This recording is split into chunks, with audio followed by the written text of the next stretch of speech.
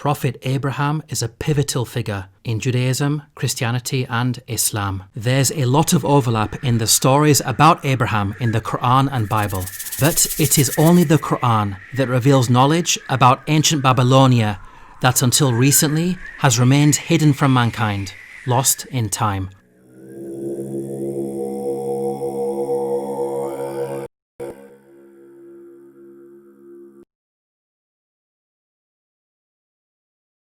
Jewish, Christian, and Islamic sources all place Abraham's birthplace in ancient Babylonia, the region where we find modern-day Iraq. This region worshipped a multitude of gods and goddesses. Of particular prominence in the pantheon were celestial bodies such as the stars and planets. Each city had a patron god, which they worshipped as their main benefactor and protector. The moon god Nana, symbolized by the crescent, was worshipped at Ur and Haran. Shamash, god of the sun, represented by the solar disk, was worshipped at Larsa and Separ. Venus, personified as the goddess Ishtar, was symbolized by an 8-pointed star and worshipped at Uruk. According to Mesopotamian mythology, these three celestial bodies, the sun, the moon, and Venus, formed an astral triad. Recent archaeological discoveries depict the special relationship between these deities. The stele of Ur-Nammu shows the moon joined together. The Kudurru of King Melishipak depicts the astral triad in full. The Kudurru of Nebuchadnezzar shows the astral triad. The stele of Nabonidus also depicts the astral triad.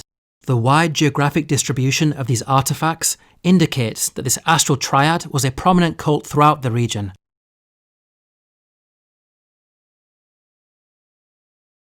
The Quran informs us about some very specific details with regards to that Abraham's people worshipped. فَلَمَّا جَنَّ عَلَيْهِ اللَّيْلُ رَأَى كَوْكَبًا قَالَ هَذَا رَبِّي فَلَمَّا أَفَلَ قَالَ لَا أُحِبُّ الْآفِلِينَ فَلَمَّا رَأَى الْقَمَرَ بَازِغًا قَالَ هَذَا رَبِّي فَلَمَّا أَفَلَ قَالَ لَئِن لَّمْ يَهْدِنِي رَبِّي لَأَكُونَنَّ مِنَ الْقَوْمِ الضَّالِّينَ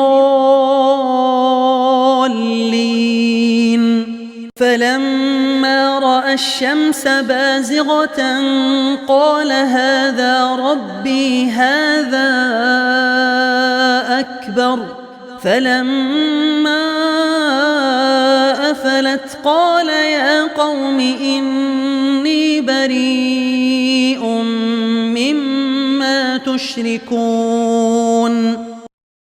We can see the Quran draws our attention to their worship of the sun, moon, and a third idol. Note the details provided about the third idol. So when the night covered him, he saw a star. But when it set, he said, I like not those that disappear.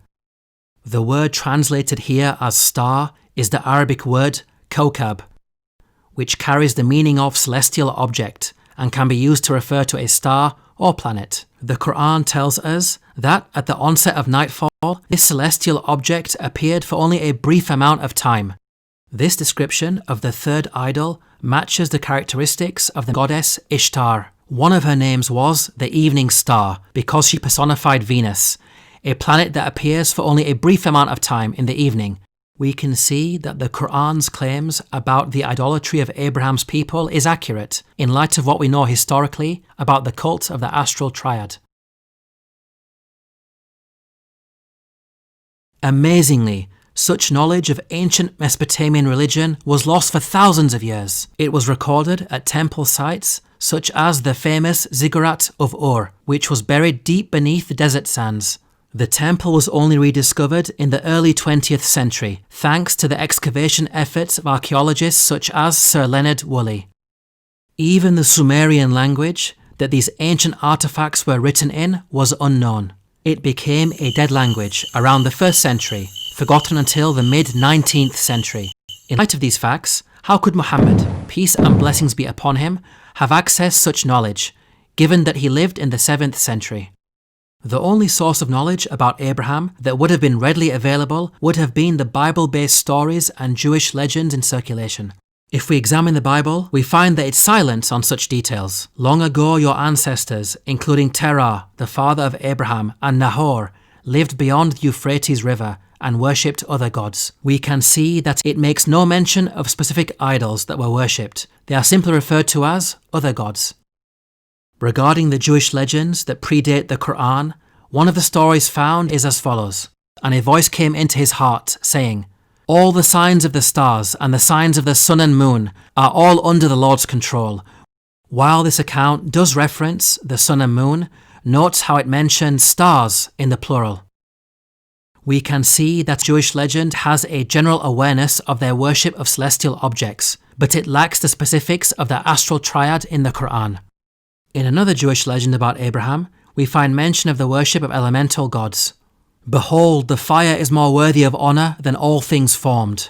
But even more worthy of honour is the water, because it conquereth the fire. But even it I do not call God, because it is earth." Nowhere does the Quran mention that Abraham's people worshipped the elements of fire, water or earth. Now if the Quran did copy from such an account, then it would have included the mention of these elements, but it never does. These examples make it apparent that Jewish legends were also not used as sources by the Quran.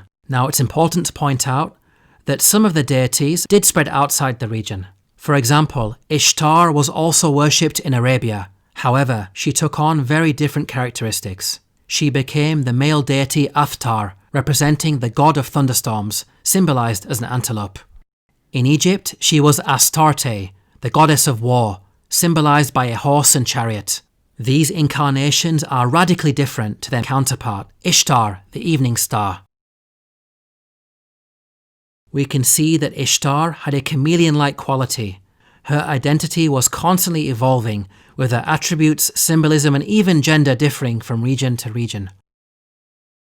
This would have made it difficult for Muhammad, peace and blessings be upon him, to accurately pinpoint her identity in the context of Abraham. In conclusion, the Quran is filled with stories about past nations, with its author consistently demonstrating accurate knowledge of the unseen at different times and places in history. This is not a quality of human beings, but rather the divine. The Quran proclaims that God Almighty Himself revealed such knowledge. تلك من أنباء الغيب نوحيها إليك ما كنت تعلمها أنت ولا قومك من قبل هذا. To learn more about the miracles of the Quran, please download your free copy of the book, The Eternal Challenge, at the link below.